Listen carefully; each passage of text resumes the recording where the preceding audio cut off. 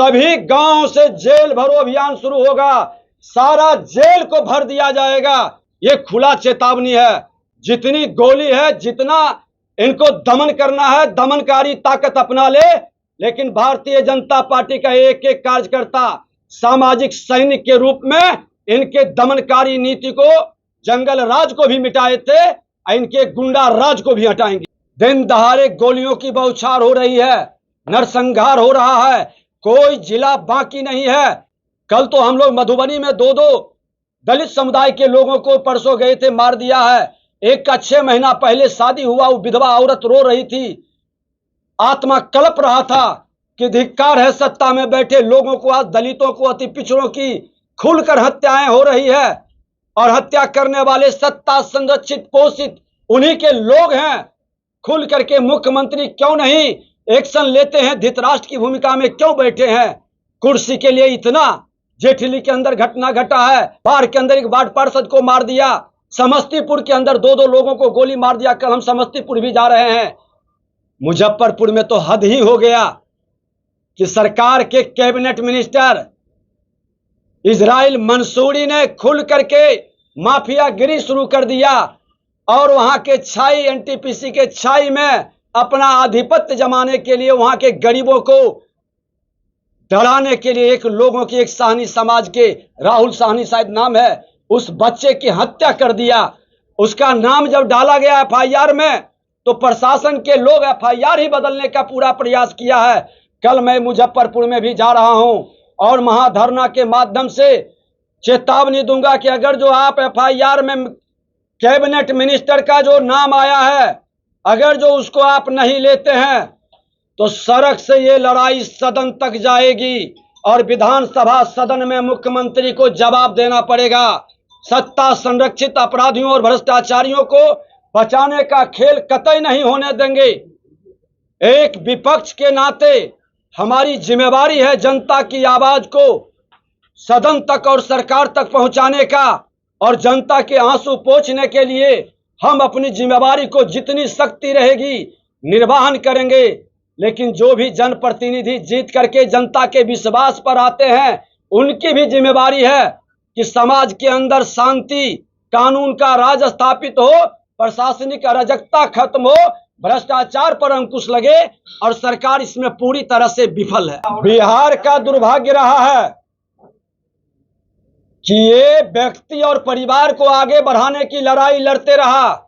अब जरूरत है बिहार में उन नेताओं का जो न व्यक्ति का न परिवार की बात करेगा, न खुद को चंद्रगुप्त बनाने की बात करेगा। अब बिहार का चाणक्य को, हर व्यक्ति को चाणक्य बनकर जगना होगा, और वो चंद्रगुप्त चुनेगा जो चंद्रगुप्त बिहार का मान सम्मान बढ़ाएगा। अवसरवादिता की राजनीति करने वाले और सत्ता के लिए सिद्धांत से समझौता करने वाले लोग चंद्रगुप्त की भूमिका में नहीं रहे। बिहार के 2/3 नौजवान और बिहार की जनता सारे विकारों से मुक्त होकर और सारे बंधनों को तोड़ करके बिहार बचाने का अभियान करे, क्योंकि ये लोकतंत्र की धरती है। इस लोकतंत्र के धरती से संदेश जाता है देश दुनिया को, और आज बिहार का लोकतंत्र खतरे में है। अपराधियों और गुंडों के हवाले बिहार को कर दिया गया है, और ये जो अवसरवादिता की राजनीति करके सिद्धांत छोड़कर कुर्सी के लिए समर्पण कर चुके हैं, उनको अब कुर्सी से हटाने की तैयारी करनी होगी। हर गांव के अंदर से अगर जो ये सत्ता बजट सत्र तक सही जवाब सरकार नहीं दिया, तो सभी गांव से जेल भरो अभियान शुरू होगा, सारा जेल को भर दिया जाएगा, और ये सरकार को सत्ता से हटने तक जेल के अंदर में हम लोग कुल बैठेंगे। ये खुला चेतावनी है। जितनी गोली है, जितना इनको दमन करना है, दमनकारी ताकत अपना ले, लेकिन भारतीय जनता पार्टी का एक एक कार्यकर्ता सामाजिक सैनिक के रूप में इनके दमनकारी नीति को, जंगल राज को भी मिटाए थे, इनके गुंडा राज को भी हटाएंगे। उपेंद्र कुशवाहा को लेकर विजय जी सवाल है, पार्टी छोड़ दिए, नए पार्टी को ज्वाइन किया, उसको लेकर अब तो राजद के लोग कह रहे हैं कि पहले ही कहीं दिल दे बैठे थे, वहीं जाएंगे वो। कौन दिल दिया है और कौन दिल लिया है उस विषय में मैं नहीं जाना चाहता। भारतीय जनता पार्टी साफ शब्दों में कहा कि जो भी भारतीय जनता पार्टी का कार्य करता है कोई चंद्रगुप्त नहीं, सब चाणक्य की भूमिका में होगा। और भारतीय जनता पार्टी सामूहिक नेतृत्व पर चलता है। हमारा केंद्रीय नेतृत्व देश के प्रधानमंत्री नरेंद्र मोदी जी का जो महामंत्र सबका साथ, सबका विकास, सबका विश्वास और सबका प्रयास, इस महामंत्र को जो सबसे ज्यादा जमीन पर उतारेगा वही मेरा नेता होगा। वही भारतीय जनता पार्टी के पद चिन्हों पर चलने वाले लोग और राष्ट्रवाद का संकल्प लेकर जो चलेगा, भारतीय जनता पार्टी उसी को गला लगाएगा। उपेंद्र कुशवाहा का स्वागत करेंगे। मैं कह रहा हूं कि जो महामंत्र मेरा ग्रहण करेगा और राष्ट्रवाद का संकल्प लेगा, देश के प्रधानमंत्री नरेंद्र मोदी जी के महामंत्र का जो ग्रहण करेगा, भारतीय जनता पार्टी उस सभी लोगों को गले लगाएगा। मुख्यमंत्री जी का सोमवार को संवाद और उप मुख्यमंत्री का मंगलवार को संवाद, लेकिन किसी का होता नहीं है समाधान। ये संवाद भी लोगों को सही ढंग से मिलने का अवसर प्रदान नहीं करता है और ये संवाद के नाम पर सिर्फ खाना पूर्ति की जा रही है। मुख्यमंत्री जी आज किसानों के लिए